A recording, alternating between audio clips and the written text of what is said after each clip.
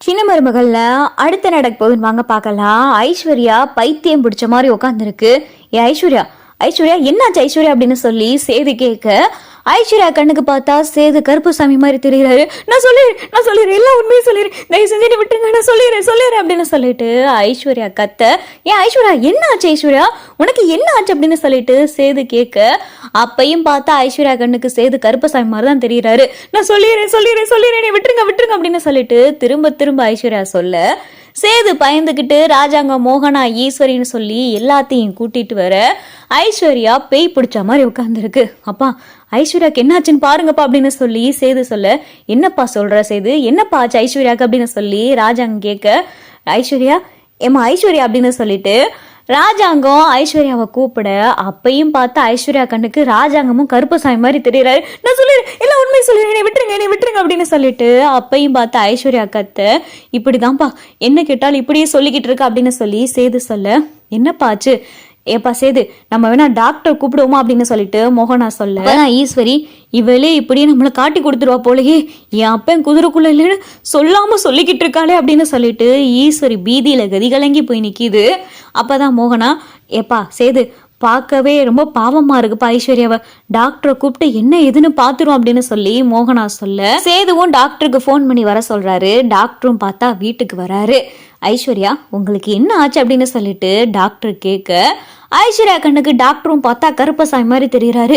பார்க்குற எல்லாருமே கருப்பசாமி மாதிரி தெரிய ஐஸ்வர்யா பேய் பிடிச்ச மாதிரி கத்தி அலறிக்கிட்டு இருக்கு. ஐயோ விட்டுருங்க நான் சொல்லிடுறேன் உண்மையை சொல்லிடுறேன் எல்லா தப்புக்கும் நான் தான் காரணம் அப்படின்னு சொல்லிட்டு ஐஸ்வர்யா கத்த, இவங்க எதையோ மனசுல போட்டு பயந்து இது பண்ணிக்கிட்டு இருக்காங்க, அதனாலதான் அவங்க இப்படி பண்ணிக்கிட்டு இருக்காங்க. அவங்க கிட்ட மெதுவா பேச்சு கொடுத்தாலே போதும். அது மட்டும் இல்லாம இவங்களுக்கு ஏதோ மனசுல ரொம்ப பயம் இருக்கு, அந்த பயத்தை போக்கிட்டாலே போதும் அப்படின்னு சொல்லி டாக்டர் சொல்ல, என்ன உண்மை எதை உளறிக்கிட்டு இருக்கீங்க, என்ன சொல்ல போறீங்க அதை சொல்லுங்க அப்படின்னு சொல்லி டாக்டர் கேட்க, அதுவா நான் சொல்லிடுறேன், நான் தமிழ்ச்செல்வி குரல்ல பேசினேன், அதுதான் உண்மை. நான் தமிழ்ச்செல்வி குரல்ல பேசி தமிழ்ச்செல்வி அப்பாவுக்கு ஃபோன் பண்ணி ஜெனிக்கும் சக்திக்கும் கல்யாணம் பண்ணி வைக்க சொன்னது நான் தான், இந்த தப்புக்கு காரணம் நான் தான், என்னை விட்டுருங்க அப்படின்னு சொல்லிட்டு ஐஸ்வர்யா உளற சேதுவுக்கு பயங்கரமான அதிர்ச்சி. ஈஸ்வரிக்கு கதி கலங்கி போயிருது. என்ன சொல்றீங்க, யாரு ஜெனி சக்தி, என்ன தமிழ்ச்செல்வி குரல் அப்படின்னு சொல்லி டாக்டர் புரியாமையே கேட்க, அப்பதான் செய்து, டாக்டர் நாங்க இதை பாத்துக்கிறோம், நீங்க வந்த வரைய ரொம்ப நன்றி, இந்தாங்க ஃபீஸ் அப்படின்னு சொல்லிட்டு சேது டாக்டரை அனுப்பி வைக்க, டாக்டரும் பார்த்தா கிளம்பி போயிடுறாங்க. அப்பதான் சேது ஐஸ்வர்யா பக்கத்துல போய், ஏன் ஐஸ்வர்யா நீதான் தமிழ்ச்செல்வி குரல்ல பேசுனியா அப்படின்னு சொல்லி சேது கேட்க, ஆமா நான் தான் தமிழ்ச்செல்வி குரல்ல பேசினேன், அந்த தப்புக்கும் தமிழ்ச்செல்விக்கு எந்த காரணமும் கிடையாது, கோயிலே நான் அந்த உண்மையை சொல்லியிருப்பேன், எனக்கு அப்ப பயமா இருந்துச்சு, தயவு செஞ்சு நீ விட்டுருங்க, இதுதான் நான் செஞ்ச தப்பு, இதுக்கு மேல நான் எந்த தப்பும் செய்ய மாட்டேன், யாரு வாழ்க்கையும் கெடுக்க மாட்டேன், நான் எந்த பொய்யும் சொல்ல மாட்டேன், தயவு செஞ்சு நீ மன்னிச்சிருங்க அப்படின்னு சொல்லிட்டு இங்க ஐஸ்வர்யா பார்த்தா சேது கிட்ட கதறி அழுக, ராஜாங்கத்துக்கு பயங்கரமான அதிர்ச்சி. அப்பதான் ஈஸ்வரி, ஏன்பா சேது அவ ஏதோ உளறிக்கிட்டு இருக்காப்பா அப்படின்னு சொல்லிட்டு ஈஸ்வரி அப்படியே மழுப்ப, சின்னமா சும்மா இருங்க அப்படின்னு சொல்லி சேது சொல்ல, அப்பதான் ஐஸ்வர்யா கிட்ட மோகனா, ஏன் ஐஸ்வர்யா நீதான் இன்னைக்கு தமிழ்ச்செல்வி குரல்ல பேசுனே அப்படின்னு சொல்லிட்டு மோகனாவும் கேக்குறாங்க. ஆமா நான் தான் தமிழ்ச்செல்வி குரல்ல பேசுனேன், தமிழ்ச்செல்வியோடைய போன் எடுத்து தமிழ்ச்செல்வி குரல்ல தமிழ்ச்செல்வி அப்பா கிட்ட ஜெனிக்கும் சக்திக்கும் கல்யாணம் பண்ணி வைக்க சொல்லுது, ராஜாங்க மாமா ஜெனிக்கும் சக்திக்கும் கல்யாணம் பண்ணி வைக்க சொன்னாருன்னு சொல்லி நான் தான் தமிழ்ச்செல்வி அப்பா கிட்ட பேசுனேன் அப்படின்னு சொல்லிட்டு ஒண்ணு விடாம பார்த்தா ஐஸ்வர்யா எல்லாத்தையும் உளறி கொட்டிருது. சேது ராஜாங்கம் பயங்கரமான கோபம், என்ன ஐஸ்வர்யா சொல்ற அப்படின்னு சொல்லி சேது பார்த்தா இங்க ஐஸ்வர்யாவுடைய கைய பிடிக்க, அப்பதான் ஐஸ்வர்யாவுக்கு என்ன நடந்துச்சுன்னே தெரிய வருது. சேது ராஜாங்கம் மோகனா ஈஸ்வரின்னு சொல்லி எல்லாரும் சுத்தி நிக்கிறாங்க. ஐஸ்வர்யா நீ சொல்றது உண்மையா அப்படின்னு சொல்லி சேது மிரட்டி கேட்க, ஈஸ்வரி பார்த்தா கண்ண உருட்டிக்கிட்டு இருக்கு, ஏதோ தவறா சொல்லிட்டேன், ஏதோ உளறிட்டேன்னு சொல்லு அப்படின்னு சொல்லிட்டு இங்க ஈஸ்வரி பொய் சொல்லி ஐஸ்வர்யா பாக்குது. ஐஸ்வர்யா பார்த்தா திருன்னு முழிச்சு அழுகுது. பட்டுன்னு பார்த்தா சேது காலில் ஐஸ்வர்யா விழுந்து அழுக ஆரம்பிச்சிருது.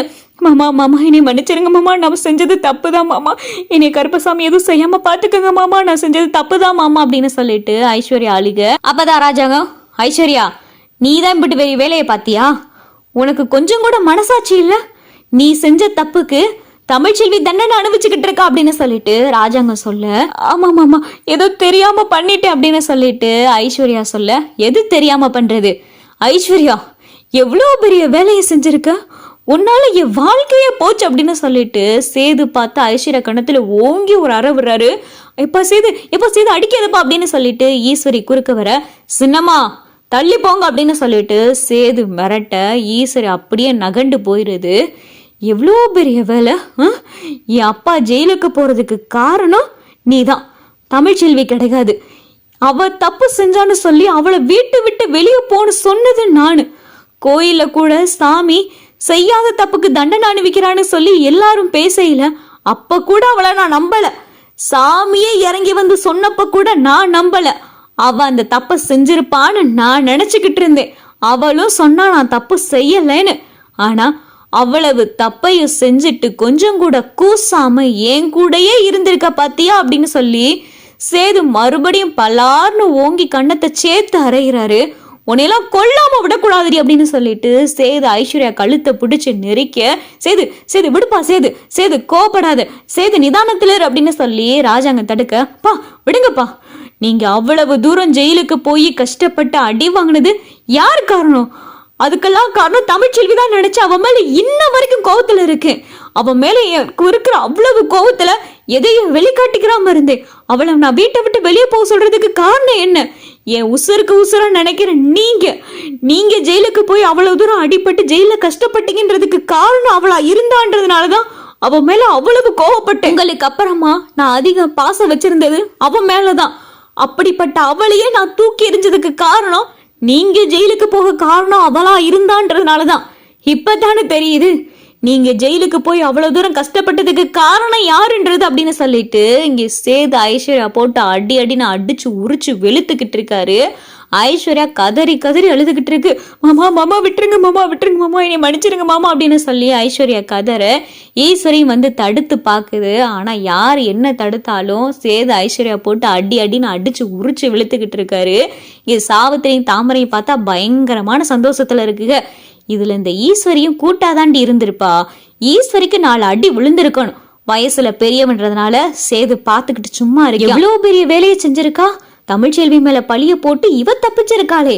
இப்ப சேதுக்கு உண்மை தெரிஞ்சிருச்சுல, இவ கூட எப்படி மட்டும் வாழ்வேன்னு பாரு அப்படின்னு சொல்லிட்டு சாவித்திரி தாமரை கிட்ட சொல்ல, ஏமா இந்த ஐஸ்வர்யாவ மாமா சாவித்திரி தாமரை கிட்ட சொல்ல, ஏமா இந்த ஐஸ்வர்யாவ மாமா விவாகரத்து செஞ்சுட்டாருன்னா மறுபடியும் அந்த தமிழ்ச்செல்வியை கல்யாணம் பண்ணிக்கிடுவாரோ அப்படின்னு சொல்லிட்டு தாமரை கேட்க, சொல்ல முடியாதுடி, இந்த சேது என்ன வேணாலும் செய்வேன் அப்படின்னு சொல்லி சாவித்திரியும் சொல்லிக்கிட்டு இருக்கு.